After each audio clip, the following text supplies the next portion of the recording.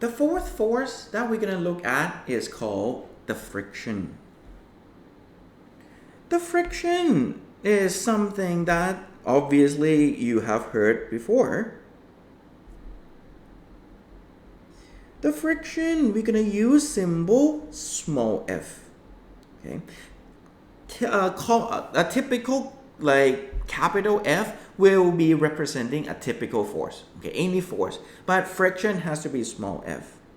But friction is also another force that the surface acts on an object. So what this is saying is, if the object is not in contact with any surface, for example, if I throw something going up and maybe the object is in mid-air, of course, the object is not in contact with any surface, then there would be no normal reaction force and also no friction as well. Okay. So when we draw the friction, it's actually not that hard. We're going to draw along the surface.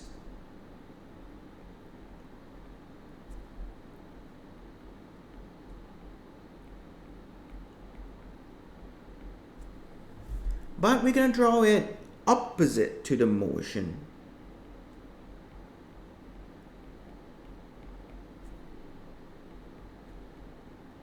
Okay, motion in this case is just which way is it moving? Or if you're well versed in physics, if you're thinking about kinematics, it's basically telling you the direction of velocity. Okay, so it means that the friction is always opposite to velocity. So same thing. Let's say that I have a box on a ground, and maybe let's say that this box is sliding to the right. Okay, be careful here. I say that the box is sliding to the right. So it is moving to the right. I did not say that there is someone pushing it to the right. You might be wondering, how could it be? Of course, you must be pushing it to the right so that it's moved to the right. Well, I agree that you must have a force pushing it to the right to make the object start moving to the right. But let's say I just push it really hard. When it leaves my hand, the box will just keep sliding on its own as well. So this is that point. This is looking at the box after the push. So there's no longer a push. This is just a sliding part. Okay. So the friction, we draw it along the surface. So we make a dot, let's say here, and then drag it. In this case, gonna be to the left because the object is sliding to the right. Okay, so see, we need to draw from a point on the surface, along the surface, opposite to the motion. You could start drawing friction from the front edge of the box like this as well. It's fine. In this case, I draw it from the back edge. Okay, both are acceptable. Okay. Now, so that is a typical friction that everyone knows. When object move, there is going to be friction. But what interesting is, believe it or not, even when the object is not moving, there is also a friction. Okay, there is a friction when object is stationary. So let's dive deeper. There are two types of friction. One is called a static friction.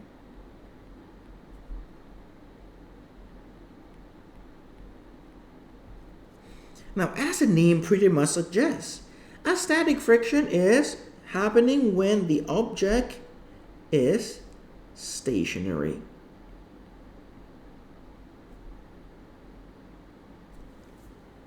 Now, you would be confusing is why? You'll be confused how could friction happen when the object is not moving? Easiest example, for example, let's look at this table right here, right now. Okay, so if we look at this table, let's say I'm gonna push on this table. Let's say I'm gonna push it forward a little bit. Okay, let's say I push very, very gently. Okay, very small force.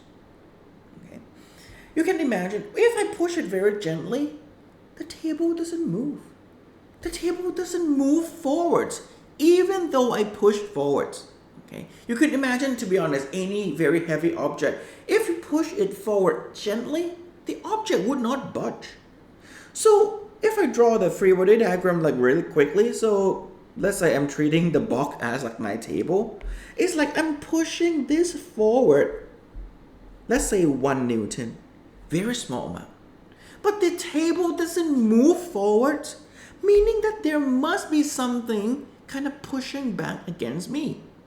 Okay, which is can sound a little bit scary. It's like the ghost is pushing against me, but actually it's not. It's the friction. It's the friction at the point where the table is in contact with the floor. It's pushing back against me, and it's gonna push exactly 1 Newton as well. Okay, because it has to balance with whatever I push forward, right? Because of course it cannot push more than me. Because let's say if I push 2 Newton, then the table is gonna move backwards. Okay, which of course is ridiculous. But the key here is when I push forwards and the object doesn't move, meaning that there is a static friction pushes on the object back against me. But now let's say I push on the table slightly harder. Let's say I make it into 2 Newton. But let's say I push slightly harder, but the object still doesn't move, meaning that the friction will increases to match with my force. So the key is the amount of friction here, the amount of static friction here would be depending on how much force applied. So the value of the friction here would be whatever value that is gonna help preventing the object from moving. It's gonna balance out, it's gonna prevent the object from moving. So it means that the amount of static friction here is not a constant. It's gonna vary with the force applied. The more I push, the more static friction would be to prevent the object from moving.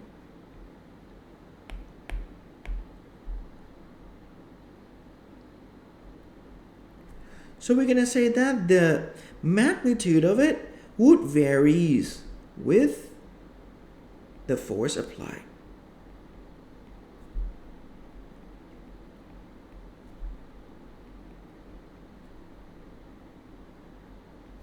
Okay, so that's the key point. It's depending on how much you push, and the static friction will be whatever value that is going to prevent the object from moving. Okay. Now, let's look at a bit of a graphs. In physics, we really like to draw a graph because a graph is actually a very good way to show the relationship between two things. In this case, I'm going to draw the amount of friction against the amount of the force applied.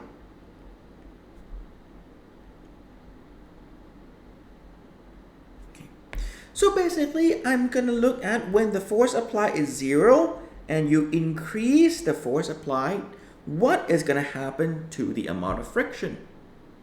So let's look at the small part first. Let's look when the force applied is small. It's like I just push very gently. Now you know at that point the object would not move, so it's going to be a static friction.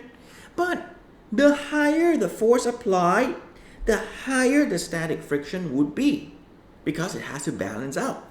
So no wonder the graph of this one is going to be something like this. Okay, higher force applied, higher friction. So this would be the static friction. Okay, so once again, the amount of static friction is not constant. It depends on the force applied. But Of course, the static friction could be just from anything, like from 0 up until a certain point. In this case, that's the point. That is the maximum that the static friction could be. We call it F with a subscript of S, comma, max. Let me zoom in a bit for you. It's called Fs max, or we call it the maximum static friction.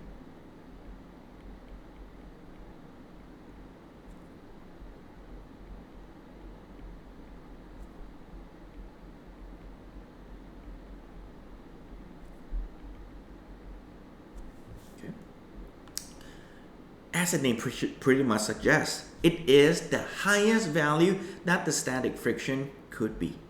Okay. Now, why is it important though? Because it means that this is the force needed for you to be able to move anything. Like for example, if I say that this is 10 Newton, okay, meaning that the static friction can increase up only to 10 Newton.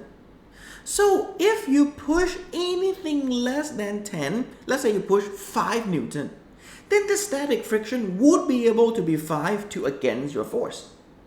But let's say if you push 11 Newton, okay, if you push 11, in order for static to prevent the object from moving, the static has to push back at 11 Newton as well. But you know, it's impossible because the max static is only 10. So the key is the maximum static friction. It's like the minimum force required for you to make object start moving. Okay, you need to push at least that much to win against the static friction. Okay. So there will be some kind of question that they might ask, oh, figure out would the object move or not? So what you need to check is, well, is the force pushing it, is it greater than or is less than the max static? So if it's greater than, the object move. If it's less than, the object does not move. Okay? Now, but when the object move, okay, when the object move, it's gonna be another kind of friction. We call it the dynamic friction.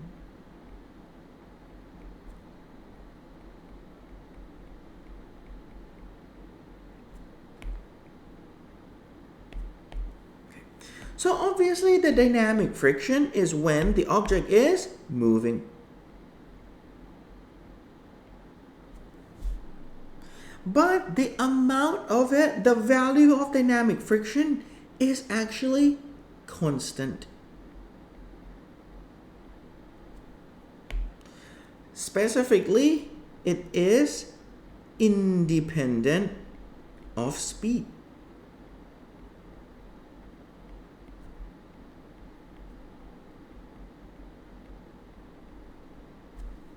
So, doesn't matter how quickly the object moves, the friction, the dynamic friction will be constant. Okay? So in this graph, let's say I increase the force applied beyond the maximum static, so the object moves. In that case, when it moves, it becomes dynamic friction, and the dynamic friction, it's gonna be constant. So let's say it's like that point.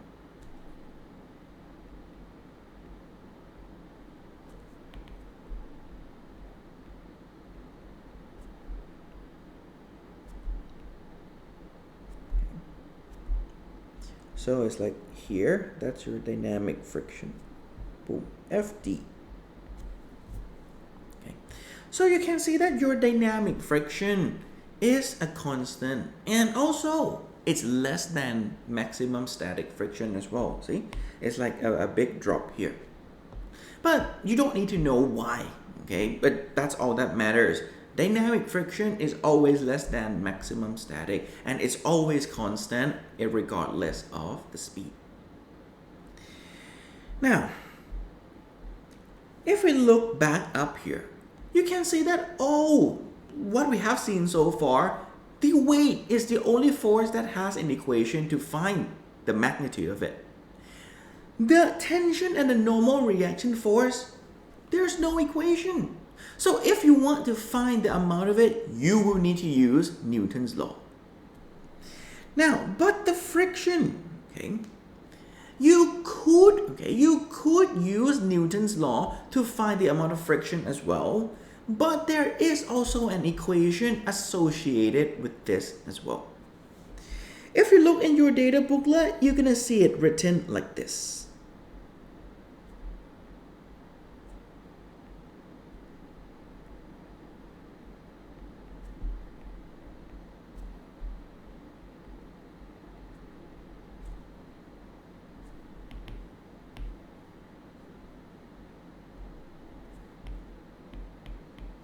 It looks ugly. Okay, better. Mu d times r. Okay, there are two equations.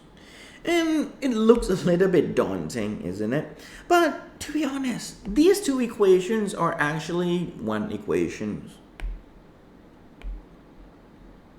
Now, obviously, you probably can guess the top one is for static friction and the bottom one is for the dynamic friction. Now, this weird symbol, okay, it's look like a U, but is a very long tail U. It's called a mu, M-U. Okay, mu is a Greek letter, but in this case, it represents something called a coefficient of friction.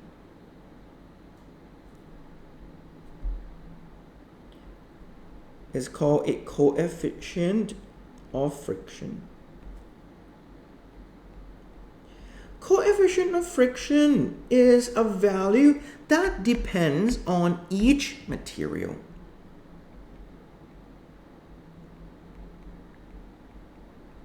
Or the condition of the surface. For example, let's think about something that is very rough, like a lot of friction. For example, sandpaper. Sandpaper would have high coefficient of friction, but ice, okay, you are very slippery on ice because the ice has low coefficient of friction. But since coefficient of friction is depending on the condition of the surface, you don't need to remember or you don't need to memorize any number. The question will have to provide it for you. Okay?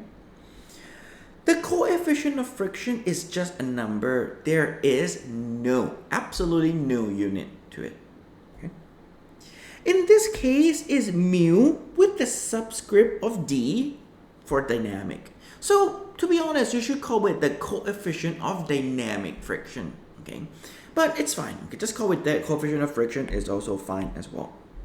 The R is obviously the normal reaction force.